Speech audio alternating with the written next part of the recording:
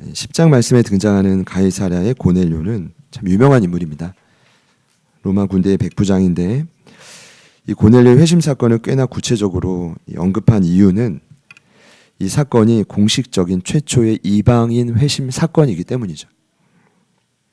성경에는 유대인을 제외한 모든 민족이 이방인입니다. 그러니까 옆에 있는 분들께 한번 인사해 봅시다. 이방인. 그런 의미예요. 우린 이방인인데 여기까지 복음이 전해졌지만 우리 한 번 더 인사해 볼까요? 이방인으로 사느라 수고하셨습니다. 네, 이방인만 하니까 좀 어색해서요. 그게 다 이제 이방인인데 이방인은 유대인들이 전혀 상종하지 않았던 정말 무시하고 인정하지 않는 혈통이었습니다. 근데 있을 수 없는 일이 일어난 거예요. 그들이 구원받았다는 거예요. 당시 로마 군대의 한 부대 수가 보통 600명. 근데 이제 저희가 흔히 말하는 이제 거라사의 군대 귀신한 그 레기온은 6,000명을 의미합니다. 그 예수님도 제자들에게 내가 기도하면 12군단을 내려오게 할 수 있지 않냐? 너 의심하냐? 거기 군단도 6,000명인데 이제 그 하위 부대가 이제 한 600명. 근데 그 600명 안에 백부장이 몇 명 있을까요? 6명이죠. 역시 네. 군인 출신이셔서 백부장이 이제 6명이 있는데 그중 한 사람이 오늘 고넬료. 오늘 이 고넬료의 회심이 중요한 이유는 땅끝에 복음화를 알리는 신호탄이 그 사람이었기 때문입니다. 저희가 다시 기억해야 될 말씀은 주제 구절은 1장 8절입니다. 오직 성령이 너에게 임하면 충만히 우리를 다스리면 권능을 받고 예루살렘과 온 유대와 사마리아와 땅끝까지 이르러 내 증인이 된다. 그러니까 우리 안에 내주하는 성령님은 결론은 여러분을 증인 삼으실 거예요. 어떻게든 무슨 일을 하든 결국 하나의 골은 목적은 여러분을 증인으로 변화시키는 일입니다. 이거 어쩔 수 없는 진리라. 변화시키는 일입니다. 그래서 예루살렘을 시작한 복음이 어디까지요? 땅끝까지입니다. 그래서 저기 기도 제목을 보는 것을 그냥 여러분 습관으로 여기십시오. 우리 훈련이고 우리가 어쩌면 가지 않으면 우리는 보면서 기도해야겠다 이거죠. 기도하지 않으면 보내실 수도 이렇게 말하면 또 아닐 수도 있으니까 여러분 가거나 또 보내거나 여러분 중보하거나 그 땅끝의 시작이 바로 누구라고요? 고넬료입니다. 사도행전에 큰 3대 사건이 있다면 첫 번째는 2장의 오순절날 성령 임한 사건. 왜냐하면 지상의 교회가 처음 시작됐기 때문이에요. 처음으로 굉장히 중요하죠. 두 번째는 이방인의 사도로 부름받은 사울의 회심 사건. 그리고 마지막 세 번째가 최초의 이방인 회심자인 고넬료입니다. 앞선 두 사건을 저희가 좀 깊이 있게 다루었습니다. 저는 이제 저뿐만 아니라 저희 공동체가 함께 건너가야 될, 돌파해야 될 영역이었다고 생각하고요. 자, 그렇다면 고넬료의 회심 사건의 핵심은 무엇일까? 많은 분들이 어디에 주목하냐면 경건에 주목합니다. 오늘 1절부터 소개하는데 이방인은 그가 어떻게 하나님을 경외했냐? 백성을 이렇게 많이 구제했냐? 어떻게 하나님께 항상 이렇게 기도했을까? 어떻게 이랬을까요, 여러분? 여러 설이 있지만 고넬료가 유대인들이 사는 지역을 통치할 때 당시 유대인들이 제일 까다로워요. 여러분. 독특한 신앙 때문에 굉장히 까다롭게 굴었대요. 그런데 그들을 통해 하나님을 알게 된 거예요. 어느 날. 여러 설이 있지만 그런데 놀라운 건 도리어 그들보다 더 진정으로 하나님을 진심으로 섬기게 된 거예요. 자, 그런 면에서 그는 준비됐고 영적인 삶에 굉장히 삶을 진지하게 추구해가는 인물은 맞는데 그런데 많은 이들이 여기에만 주목한다는 거예요. 이런 말이에요. 그래서 하나님이 그를 선택했다는 거죠.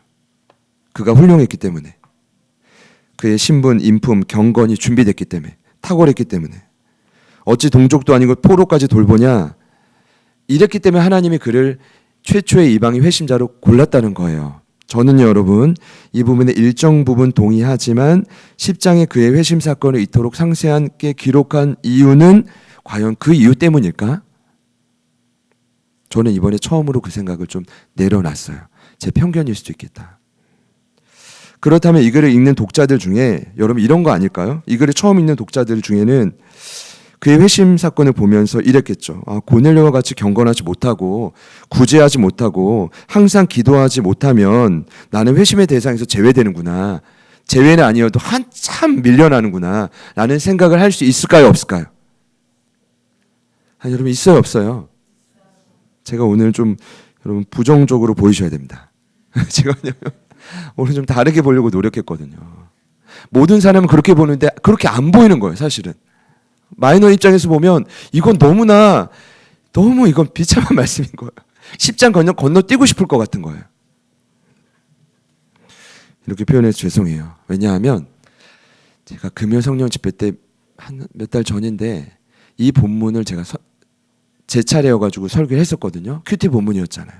근데 저는 이 본문을 이 전도학 과목 때 제가 이걸 논문을 연구하고 발표했던 적이 있는데 거기 얼마나 몰입했는지 몰라요. 고넬료가 어떤 사람이었냐부터 해가지고. 근데 제가 그 금요 성령 집회 때 그 찝찝함을 아직도 잊지 못해요. 말씀을 말씀대로 전하고 기도를 하는데 연결이 안 되는 거예요. 여러분 그럴 때 있지 않습니까? 말씀은 말씀인데 기도하는 기도가 안 돼. 여러분 이건 뭐예요? 남이 문제가 아니라 지금 제가 설교를 그때 잘못했다는 거예요. 포인트를 잘못 잡았다는 거예요. 저도 그럴 때가 많겠죠, 여러분. 겉으로는 티 안 내도 그럴 때 많아요. 예배 끝나고 갈 때 여러분 눈도 못 마주치고 도망가고 싶을 때가 많습니다, 여러분. 제가 평소보다 더 말을 걸고 웃고 있으면 좀 이상하다고 느끼시면 되는 거예요. 포인트를 잘못 잡은 거예요, 그때. 그게 아니라는 거예요. 그래서 이번에 말씀이 이게 다음 주인데 지난주부터 떨리는 거예요. 큰일 났다. 그게 전부인데 뭐가 더 있을까? 그 말씀을 자세히 보니 고넬료의 경건이 사도행전 전체로 볼 때 핵심이 아니라는 생각이 들기 시작했어요. 할렐루야. 고넬료에게 죄송할 수 있지만 물론 성경에 믿음 좋은 백부장이 여러 번 등장합니다.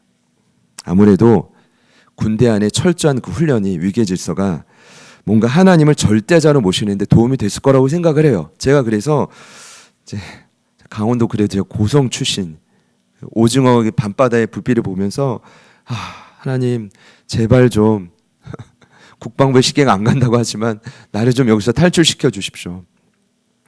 제가 왜냐면 GOP 출신이라 그 오징어 밤바다를 막 봤거든. 이래봬도 제가 GOP 출신입니다. 하나님이 저에게 총 고치는 일을 시켜줬는데 처음에는 이해가 안 됐는데 긴장하면서 그 개원 일을 할 때 하나님이 이 일을 통해 제대로의 날 어떻게 쓰실까? 총을 고치고 포를 정비하는 일과 신학교의 삶은 어떤 연관이 있을까? 이 고민을 한참 했는데 지금도 답을 얻지 못했어. 마귀가 나타나면 총이라도 쏠 텐데 마귀는 안 보이고 그러면 성도들에게 쏘야 되는 것도 아니고 여러 생각을 많이 했어요. 제대할 때 엄청 기대했어요. 나는 내가 2년 1개월 1주를 군생활을 했으니 내 삶은 바뀌어질 거다. 또 얼마 못 가요. 얼마 못 간다고. 제가 볼 때 어제 말씀을 정리하는데 결론은 정광모 안수 집사님만큼은 해야 되는. 한 30년 가까이는 군생활을 해야 삶에 이게 뭔가 적용이 될 거라는 생각이 들었는데 중요한 것은 10장에 소개되는 고넬료의 경건한 삶이 영향력이 있다는 사실은 인정해요. 왜냐하면 모든 식솔들과 가정들과 함께 구원받고 모든 가족들을 평안하게 했다는 건 위대해요. 인정합니다. 그런데 그보다 꼭 전하고 싶었던 메시지가 있었다는 거죠. 그게 뭘까요? 먼저는 오늘 베드로와 고넬료의 만남을 보시면 알 수 있는데 그 만남의 주도권을 하나님이 전적으로 가지고 이끌어 간다는 거예요. 여러분 인정하십니까? 3절에 고넬료에게 제90쯤 환상이 보이기 시작합니다. 9이라는 건 플러스 6이 오후 3시입니다. 내용이 뭐냐? 요바에 베드로라는 자가 있는데 무두장이 시몬의 집에 있다. 그를 불러와라. 굉장히 구체적입니다. 이게 고넬료에게 있었던 환상. 그리고 9절에는 베드로에게 있었던 환상. 이 환상이 제6시에 주어지는데 하늘이 열리고 먹지 못한 음식이 담긴 그릇이 내려와서 먹으라고 요청합니다. 6시면 정오입니다. 오후 12시인데 딱 배고플 시기에 여기 성경을 보니까 황홀한 중이라고 했는데 이 황홀함이 성령의 임재인지 아니면 정말 너무 배가 고파가지고 기도가 하다가 뭘 먹을까 고민했는지는 알 수 없어요. 중요한 건 성령이 그에게 환상을 보여주셨다는 겁니다. 그때 유대인이 먹지 못한 음식, 율법에 의하면 전혀 먹어서는 안 될 음식을 보여주시면서 참 하나님 완벽한 타이밍이죠. 그 제가 물어봤어요. 하나님 왜 이때 이렇게 일하신 겁니까? 라고 여쭤봤더니 주님이 주시는 마음은 그 네가 알 게 아니다. 그러시더라고요. 그게 핵심이 아니다. 넘어갔어요. 결론은 첫 번째 나누고 싶은 건 성령의 동시적인 역사라는 겁니다. 하나님이 양쪽을 동시에 개입해서 전권을 가지고 지금 일하고 있다는 거죠. 고넬료 입장에서 보면 그와 가정이 살아나는 은혜를 허락한 때고, 베드로 입장에서 보면 그를 한 단계 더 깊이 훈련시키고 끌어가시는 때가 지금인 거예요. 여기서의 결론은 그렇습니다. 전도자와 피전도자의 만남은 결코 우연이 아니다. 철저하고 세밀하신 하나님의 계획이다. 그러면 전도자와 세상의 만남도 그렇지만 성도와 성도의 만남은 우연일까요? 아니요. 저는 그 만남이 오히려 더 철저한 하나님의 계획인 줄 믿습니다. 그래서 옆에 있는 분들께 믿음으로 선포해 봅시다. 당신과의 만남은 실수가 아닙니다. 한 번 더요. 철저한 하나님의 계획입니다. 네. 감사합니다. 팬데믹이 한창일 때 한국교회 미래 시나리오에 대해 나름 전문가들이 수많은 염려와 걱정과 고민이 담긴 책들을 본물처럼 쏟아냈습니다. 정말 많아요, 종류가. 그런데 어떤 책들은 데이터를 조사로 아주 객관적으로 써내려놨는데 결론은 다 뭐냐? 부정적입니다. 다음 세대는 장로님 기도해 주셨지만 이제 곧 사라질 거고 교회 안에는 노인 세대만 남을 거다. 그럼 무엇을 준비해야 되느냐? 은퇴를 준비해야 된다. 그 책을 보면서 사실은 이렇게 소망을 얻어야 되는데 더 막 깔아앉는 거예요. 물론 나름의 희망의 메시지도 전하긴 했지만, 그런데 여러분 제가 볼 때는 그 염려보다 강한 것이 하나님의 계획입니다. 제가 여러분께 말씀드릴게요. 염려를 안고 이 자리에 오셨을 겁니다. 그러나 여러분의 고민과 염려보다 더 강한 것이 하나님의 계획입니다. 실수 없는 하나님의 일하심입니다. 그러니까 저희가 이 말씀을 보면서 뭘 먼저 인정해야 되냐면, 오늘 고넬료가 환상을 본 시간이 오후 3시고 베드로가 환상을 본 시간이 12시인데 3시와 12시는 어떤 관계가 있을까? 답이 없어요. 이보다 더 중요한 게 뭔지 아세요? 왜 누가가 그 시간을 이렇게 정확하게 기록을 했을까요? 이런 의미입니다. 고넬료도 베드로도 이 사건을 통해 먼저 확실한 진리를 얻게 합니다. 그게 뭐냐 하면 하나님의 일하심의 때는 정확하다. 믿으시는 분들만 아멘 해보시죠. 하나님이 일하심의 때는, 여러분의 삶의 일하심의 때는 정확하다. 그러니까 베드로를 성장시키는 때와 고넬료와 그의 가정을 구원시키는 때가 함께 맞물려 가는 거죠. 저희는 그 시간을 몰라도 우리 하나님은 아신다는 거예요. 이 시간 저와 여러분의 삶도 마찬가지일 겁니다. 내가 광야에 머물려 할 때가 있고, 아니면 저와 여러분의 세상의 전면에 나서야 될 때가 있고, 나서게 할 때가 있고, 때로는 사업이 번성할 때도 있지만 매듭져야 될 때도 있고, 새로운 일을 시작해야 될 때도 있고, 또 다른 누군가를 만나서 주의 뜻은 이렇습니다라고 설득하고 울면서 이 일하심을 보여줘야 될 때도 있고, 아니면 내 마음을 그토록 아프게 하는 진정한 이 자녀가 내 자식인지 아닌지 모르겠어요. 이 자녀가 주님을 만나고 변화되어야 될 때도 있고, 때로는 아플 때도 있고, 때로는 고침받고 회복받을 때도 있다. 여러분, 그때가요, 놀랍게도 하나님 입장에서는 정확하다는 거예요. 시간까지도 정확하다는 거예요. 그래서 시간을 기록한 거예요. 믿으시기를 축복합니다. 그때는 정확합니다. 결국 구약의 전도자의 고백이 맞는데, 전도서 3장 11절을 보니까 하나님 모든 것을 지으셨는데 때를 따라 아름답게 하셨다. 이 뜻이 무엇입니까? 아름답다는 히브리어가 야페라는 단어. 예전에 설명드렸는데 성전을 지을 때 말이죠. 툭탁툭탁 연장 소리가 안 나요. 왜요? 모든 기구들을 그냥 다 만들어서 그냥 끼우기만 한다는, 그게 야페, 아름답다는 거예요.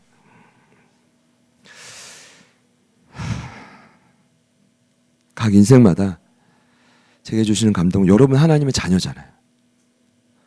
예수님 모르는 고넬료에게도 이런 정확한 때가 있었다면 이미 하나님의 자녀된 여러분의 삶에는 그때가 있을까요, 없을까요? 반드시 있습니다.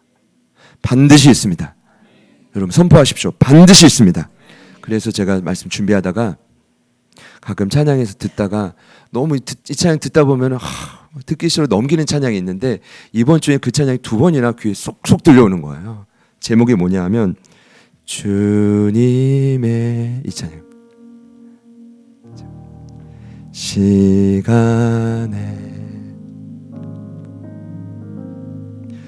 그의 뜻 이루어지리 기다려 하루하루 살 동안 주님 인도하시니 주 뜻 이룰 때까지 2절입니다. 기다려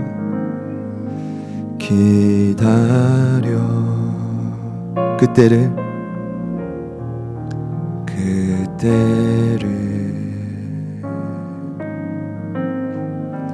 그의 뜻 이루어지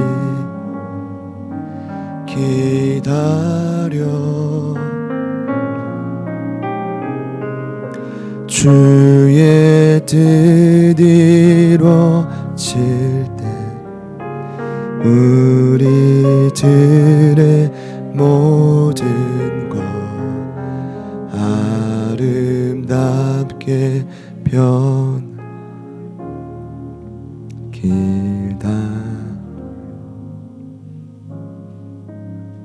할렐루야. 우리 이렇게 한번 공동체를 향해 선포합시다. 그때를 잘 기다립시다. 이것이 첫 번째 의미가 아닐까. 제가 두 번째로 나누고 싶은 건 오늘 말씀을 보니까 명백하게 드러난 진리는 아무리 이방인일지라도 신분과 관계없다라는 거예요. 누구나 복음의 은총권 안으로 누구든지 들어올 수 있다는 사실. 복음의 가장 큰 특징은 이렇게 말합니다. 따라합시다. 보편성. 제가 좋아하는 단어예요. 힘든 단어지만 좋아하는 단어. 복음의 보편성이란 나 자식뿐 아니라 나를 넘어 내 가까운 이웃도 구원받을 수 있고, 심지어 이 사람은 전혀 가망성이 없어라고 하는 원수 같은 사람에게도 복음은 기쁜 소식이 될 수 있다 없다? 있다.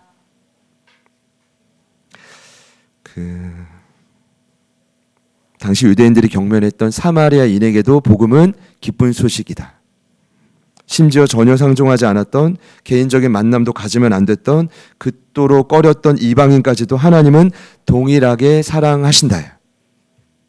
제 고민은 이게 왜 잘 안 될까 합니다. 이 단순한 진리가 왜 나에게만 적용될까? 여러분 이런 고민 해보셨어요? 제가 이번에 이 두 번째 대지를 준비할 때 심각하게 고민되더라고요. 왜일까 생각. 나는 되는데 저 사람 안 될 거라고 생각하는 이유가 도대체 뭘까? 그 엄청난 영적 교만에 내가 사로잡힌 이유가 뭘까 생각해 봤더니 상처일 수도 있을 것 같고, 너무 분주해서 지쳐서이기도 하고. 근데 여러분, 이 복음의 보편성이 여러분 이해하시고 온전히 인정되지 않으면 지금 말씀이 뭘 말하냐 하면 여러분은 한계를 넘는 증인이 될 수가 없어요. 나도 하나님이 받아들여 주셨다면 내 원수도 하나님 받아들여 주시는 분입니다. 싫으십니까? 가능하다고 여기십니까? 훗날 그 사도행전 15장에서 예루살렘 회의가 열리는데 여러분 여기서 빨리 이 편견에서 빨리 나와야 돼요. 다 가능하다는 사실을. 회의가 열리는데 그 중대한 회의에서 정말 예루살렘 지도자들이 모였는데 회의에 갈피를 못 잡아. 각자의 이 생각에 사로잡혀가지고. 그때 누가 등장하면 베드로가 등장해요. 그리고 이 고넬료 회심 사건을 기억하면서 그들에게 이렇게 설득합니다. 사도행전 15장 9절인데 이런 말씀이에요. 믿음으로 그들의 마음을 깨끗이 하사 그들이나 우리나 차별하지 아니하셨느니라. 하나님은 절대로 외모를 보시는 분이 아니다라는 거예요. 하나님은 마음을 보시는 분이다. 더 나아가서 절대로 차별하지 않으시는 분이다. 제가 보니까요, 시간이 지났는데 신앙생활 오래 했잖아요. 차별하고자 하는 마음이 있으면 아마 잠이 안 올걸요. 속히 자유해지시기를 축복합니다. 이 사람은 막 환영하는데 갑자기 저 사람 보면 싹 그냥 이게 차별 아니에요. 공동체 안에 차별을 구한다면 밖에 이제 회사에도 경험하실 거 아니에요. 야, 이 부임에게 너무 이뻐. 커피라도 하나 더 사주고 있어. 이분은 그냥 빨리 퇴사했으면 좋겠다. 이런 분이 있을 수 있잖아요. 근데 그게 괜찮아요. 그럴 수 있는데 신앙이 성장하면 할수록 불편해져야 된다는 거예요. 제 말은. 왜냐면 복음의 보편성 때문에. 제가 내린 결론은 이 앞선 이 두 내용의 공통점은 이 일들은 여러분 인간의 힘으로는 할 수 없는 일들이에요. 저희들의 한계를 뛰어넘는 일입니다. 하나님이 하셔야만 되는 일이죠. 인정하십니까? 자, 그런데 뭐 하나님의 때에 두 사람에게 정확한 때 환상이 보여준 것도 중요하고 누구라도 복음 안에서 받아들이고 수용해야 된다. 잘 안 되지만 시간이 걸려도 내가 따라가겠습니다. 중요한데 오늘 말씀에서 가장 집중하고 있는 영역은 제가 볼 땐 아니라는 거예요. 길 수도 있지만 오늘은 이거 아니다. 그럼 어디에 성령님이 집중하고 있을까?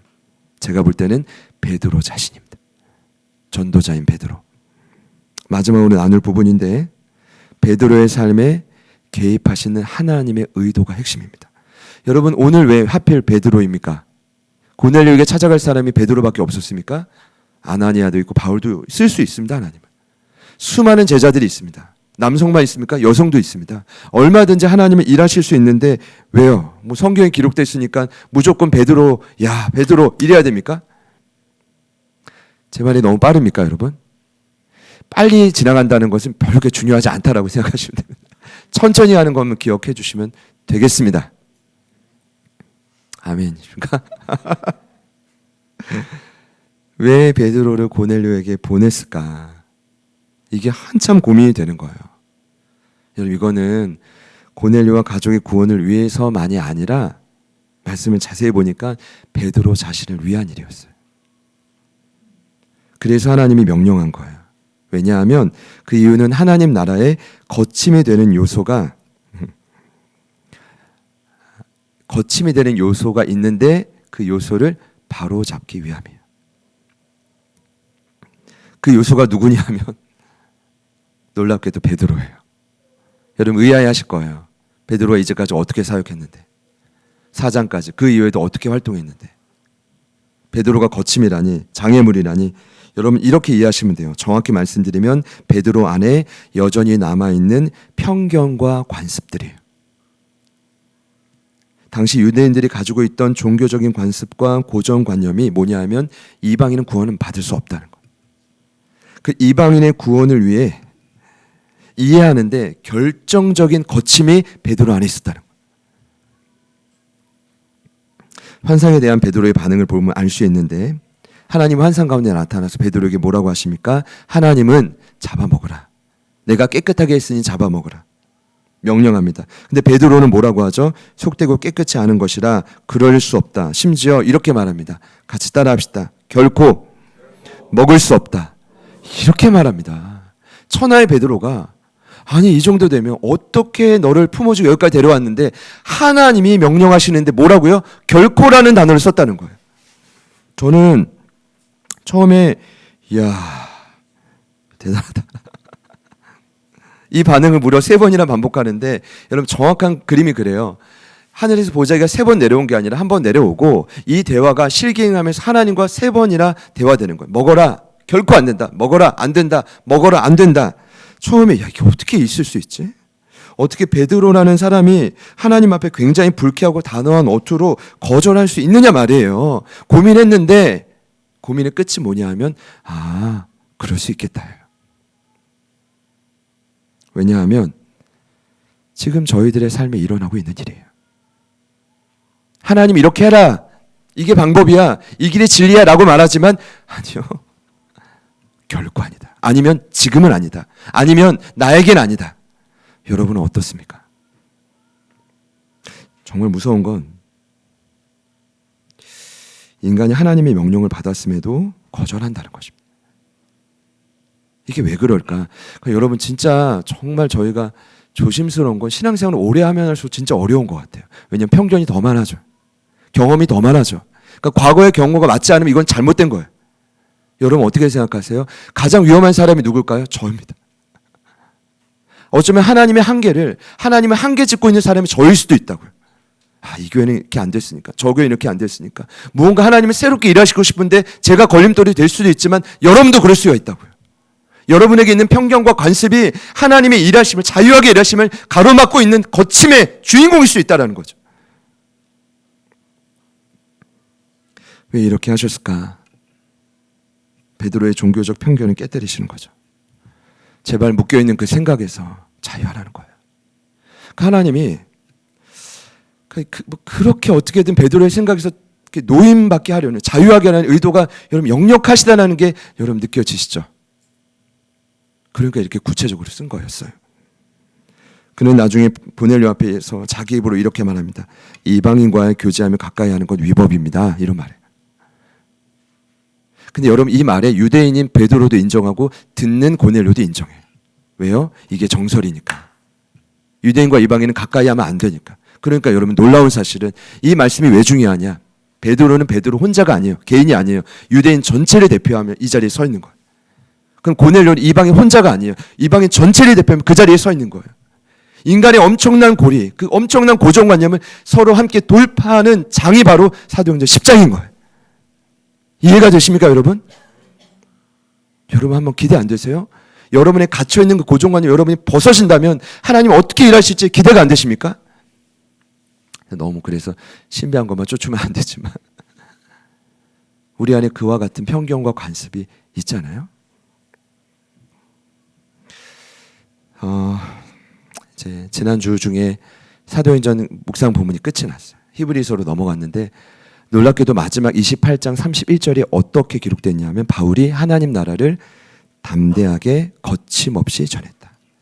같이 한번 선포합시다. 담대하게 거침없이. 제가 이제 큐티글에 올렸지만 이게 고민이 많았어요. 이게 어떤 의미일까? 쉬지 않고 일하는 뜻일까? 아니면 성령의 강력한 은사를 말할까? 오늘 결론을 내린 건 이거예요. 담대하게 거침없이 되려면 내 안의 걸림돌을 제거해야 돼요. 그게 제일 시급한 문제입니다. 문제는 외부가 아니라 내 안에 있다. 내 안에 있는 편견, 내 안에 있는 종교적인 고정관념. 이것이 바로 나 자신의 가장 큰 한계라고 생각합니다. 말씀을 맺겠습니다. 오늘 베드로를 볼 때 여러분 어느 날 이분이 갑자기 변화되지 않았죠? 어느 날 10장의 주인공이 된 게 아닙니다. 어떤 해석을 보더라도 참 아이러니하다라고 말하는 건 이미 베드로는 유대인이 경멸했던 무두장이 집에 머물고 있던 차입니다. 우리 43절 말씀을 한번 띄워주실까요? 왜 제가 오늘 10장 1절부터 안 읽고 9장 43절부터 읽은지 아십니까? 이 말씀이 연계되거든요. 여러분 무두장이가 어떤 존재냐 하면 가죽 공예를 만드는 사람입니다. 아르헨티나에 갔을 때 가죽 공예 만드는 사람은 대접받는 사람이에요. 저희 나라에서도 기술자일걸요. 가격이 천차만별할 겁니다. 근데 오늘과는 많이 다른 건 여러분 유대인들이 가죽 제품은 좋아하는데 가죽을 다루는 자는 경멸했어요. 너무 막 모순적이죠, 여러분. 이 율법 때문에. 이게 편견이에요. 아니 그 물건은 잘 쓰면서 만드는 사람은 경멸해.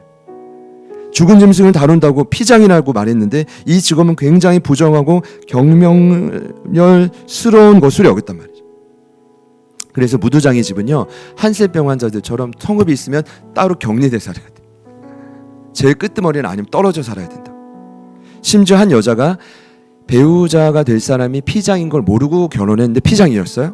그러면 그 혼인을 파기할 수 있어요. 옛날에 저희 나라도 함이 들어오면 파기 못한다면서요. 제가 이번에 최근에 알았는데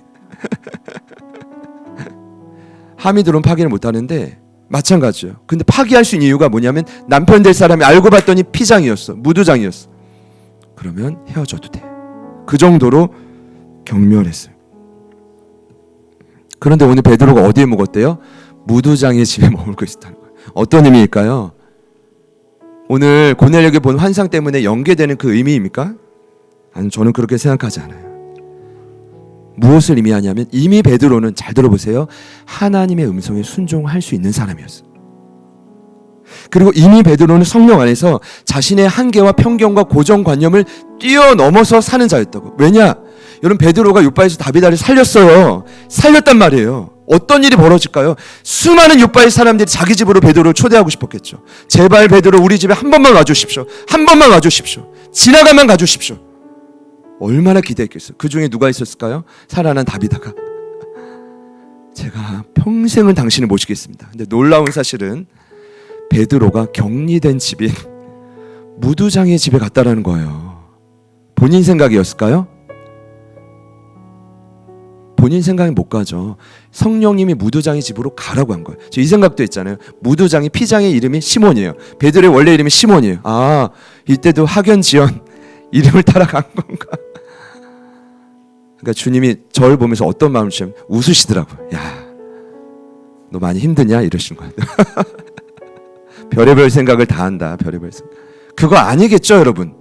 왜 갔을까요? 성령의 이끌으심을 따라 무두장의 집도 피장의 집도 구원받아야 되니까요. 이 역사에 함께 참여해야 되니까요.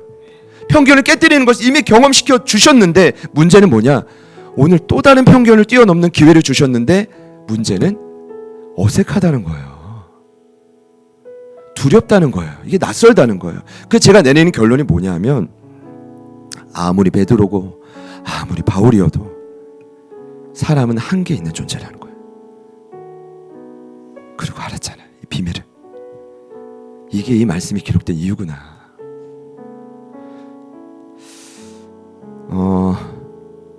한계에 있어서 끝내자가 아니라 여러분에게 주시는 감동이 뭐냐면 이미 여러분은 기적을 체험하고 있는 분들이에요. 이미 여러분들은 숱한 무두장의 집에 거한 자예요. 이렇게요. 베드로가 그 집에서 어떻게 지냈을까요?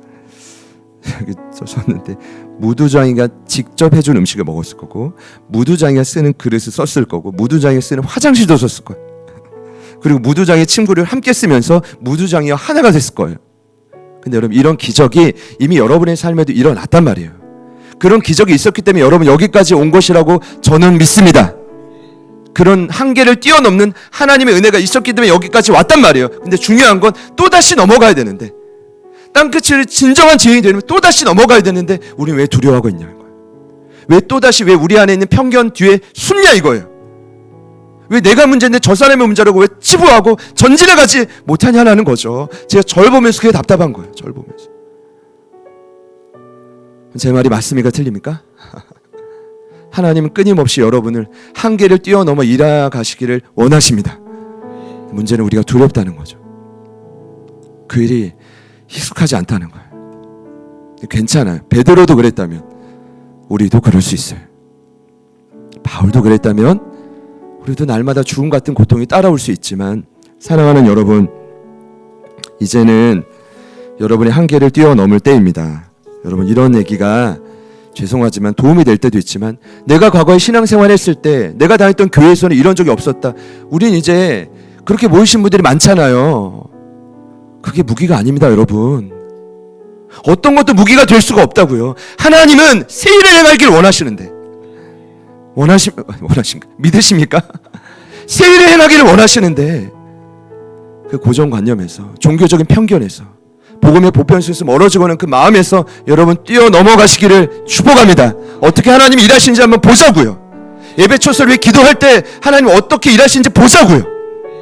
한 영혼 한 영혼의 마음이 더 모여지고 마음이 쓰여질 때 어떤 역사가 일어날지 보자고요. 우리가 할 수 있는 건 그것뿐이죠. 여기까지 제 이야기였습니다. 여러분의 이야기고 이 이야기가 주님의 이야기가 될 줄 믿습니다. 여러분 기대하세요. 다른 사람 말고 우리가 자유해지기를 축복합니다. 같이 한번 찬양하고 기도하겠습니다.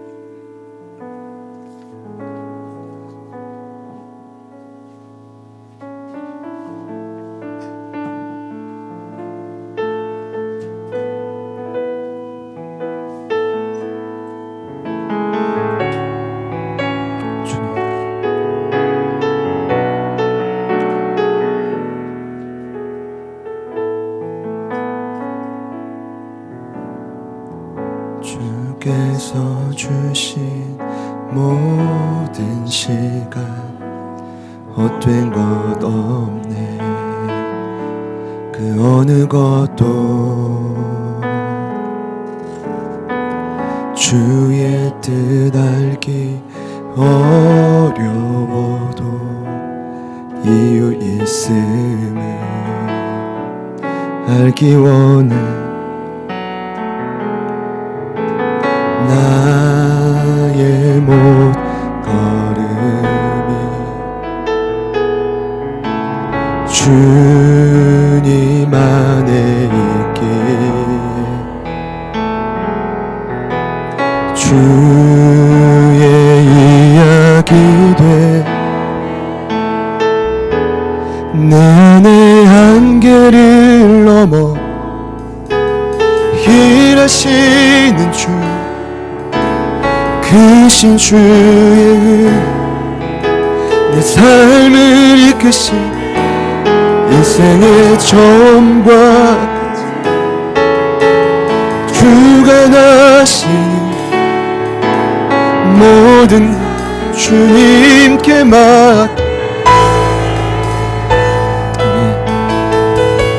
한번 고백합시다.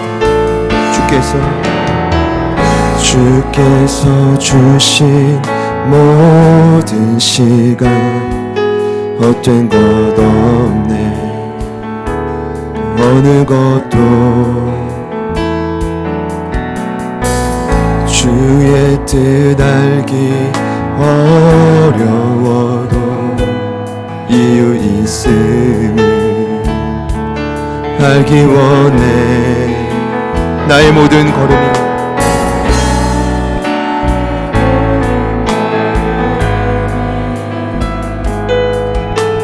주님 안에 있기에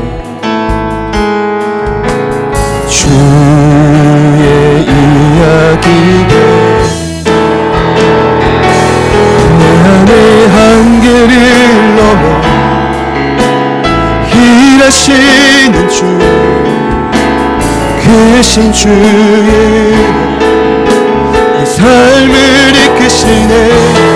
인생의 처음과 끝이 주가 나시니 모든 삶 주님께만 내 안의 한계를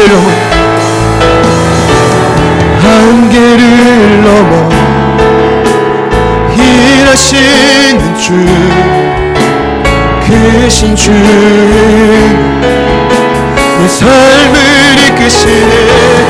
인생의 처음과 끝은 주가 나시니 모든 삶 한번 더 고백할까요? 내 안의 한계를 넘어 일하시는 주 크신 주의 은혜 내 삶을 이끄시네. 인생의 처음과 끝은 주가 나시니 모든 삶 주님께만. 지독하게도 우리를 가두고 답답하게 만드는 내 안의 편견과 고집은 무엇입니까? 종교적인 아짐은 무엇입니까? 쉽지 않지만 이 시간 성령께서 우리를 조명하실 때 부디 그 모든 한계에서 우리를 뛰어넘을 수 있도록 하나님 우리를 도와주십시오. 아름다운 전통을 지키게 하시고 버려야 될 것이 있다면 버리게 하여 주시고 완전한 새로운 존재로 우리를 변화시켜 주셔서 하나님 베드로와 같이 바울과 같이 아름다운 증인으로 우리를 세워주십시오. 우리 기대하는 마음으로 다 같이 합심하여 기도합니다. 주님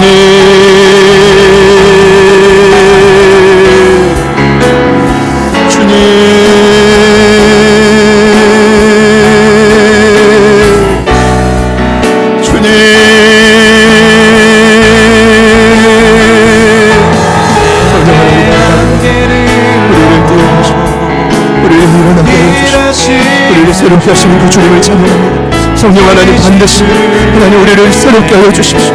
우리를 변화시켜 주십시오. 주님 원하시는 모습으로 우리를 이끌어 주십시오. 하나님 한계를 돌파하기를 소망합니다. 주님 말씀 앞에 반응하기를 소망합니다. 주여 도와주십시오. 주님 도와주십시오. 성령 하나님 도와주십시오. 성령 하나님 역사하여 주십시오. 하나님 말씀하신 우리의 삶을 이통해 하여 주십시오. 삶의 노면계를 뛰어넘게 하여 주십시오. 하나님 아버지 도와주십시오. 주여 도와주십시오. 이곳에 있는 모든 자들을 사랑하여 주십시오. 하나님 보고 있음을 믿습니다. 하나님 만지고 계심을 믿습니다. 일하시고 계심을 믿습니다. 성령 하나님 도우심을 믿습니다. 정확한 때에 하나님 정확하게 일하실 줄 믿습니다. 하나님의 일하심을 기대합니다. 성령 하나님, 성령 하나님, 주님, 주님, 주님, 주님, 주님, 우리의 삶을 통일하시는 주님을 기대합니다. 성령 하나님 도와주십시오. 성령 하나님 역사해 주십시오. 아버지 하나님 도와주십시오. 아버지 하나님, 아버지 하나님, 아버지 하나님 도와주십시오. 우리 한계를 뛰어넘어 일하신 하나님, 그 하나님을 체험하게 하소서. 그 하나님을 만나게 하여 주십시오. 그 하나님을 경험하게 하여 주십시오. 주여 도와주십시오. 주여 도와주십시오. 주여 도와주십시오. 주여 도와주십시오. 하나님, 때에 맞춰서 하나님 때에 맞춰 우리 그 때에 맞춰 우리 움직이고 강력과 감동과 능력을 우리 아래 있는 줄 믿습니다. 하나님 내 삶을 이끄시네 인생의 처음과 끝을 주가 나시니 주님 모든 삶 주님께 맡기네 내 안에 한계를 일하시는 주 주여 도와주시네 내 삶을 이끄시네 인생의 처음과 끝을 주가 나시니 성령님 모든 삶 주님께 주님 도와주십시오. 주님 도와주십시오. 일하시는 주 크신 주의 은혜 내 삶을 이끄시네 인생의 처음과 끝을 주가 나시니 모든 삶 주님께 맡 내 안의 한계를 넘어 일하시는 주 크신 주의 은혜 내 삶을 이끄시네 인생의 처음과 끝을 주가 나시니 모든 삶 주님께 맡기네 내 생각이 옳았구나. 내 뜻이 맞았구나. 내 의견이 우선이었구나가 아니라 성령님 부디 모든 생각과 편견으로부터 우리를 자유케 하여 주시옵소서. 모든 것을 다 내려놓고 성령의 이끄심에 두렵지만 낯설지만 믿음으로 한 걸음씩 따라가는 우리 사랑하는 제자들 교회 오늘 2부 예배에 참여하신 모든 예배자들이 되게 하여 주시옵소서. 성령님 우리의 연약함을 잘 아시게 주님께 맡겨드립니다. 찾아오셔서 우리를 위로하실 뿐 아니라 한계를 뛰어넘어 정확하게 일하시는 하나님을 경험하는 이 한 주가 되게 하여 주시옵소서. 사랑하는 각 가정을 돌봐주십시오. 각 가정을 붙들어 주십시오. 각 소그룹마다 은혜가 있게 하여 주십시오. 각 나눔과 만남보다 회복이 있게 하여 주십시오. 모든 것을 뛰어넘어 일하시는 성령 하나님의 놀라운 역사가 우리가 마주한 모든 한계마다 강력하게 일어날지어다. 모든 장애물은 무너지고 돌파하는 역사가 일어날지어다. 하나님과 가정과 교회를 건져 주시옵소서. 구원하여 주시옵소서. 한계를 넘어 일하신 하나님, 그 하나님을 찬양하겠습니다. 그 하나님을 기대하겠습니다. 일하시는 주님을 찬양하며 이제는 우리 구주 예수 그리스도의 은혜와 하나님 아버지의 변함없는 신실하신 사랑하심과 성령님의 내주 충만 교통 위로하심의 역사가 믿음으로 고백한 모든 예배자들 위해 그리고 오늘 1부 예배 후 또 2부 예배에 또 처음으로 함께한 서리보 청년, 그리고 갈려가야 될 모든 인생의 여정 위, 그리고 저희들을 통해, 저희들이 무너진 편견을 통해 죽음의 은총 안으로 들어오게 될 이 땅의 수많은 영혼들, 삶의 지경 위에 지금부터 영원토록 함께 하시기를 간절히 축원하옵나이다. 아멘.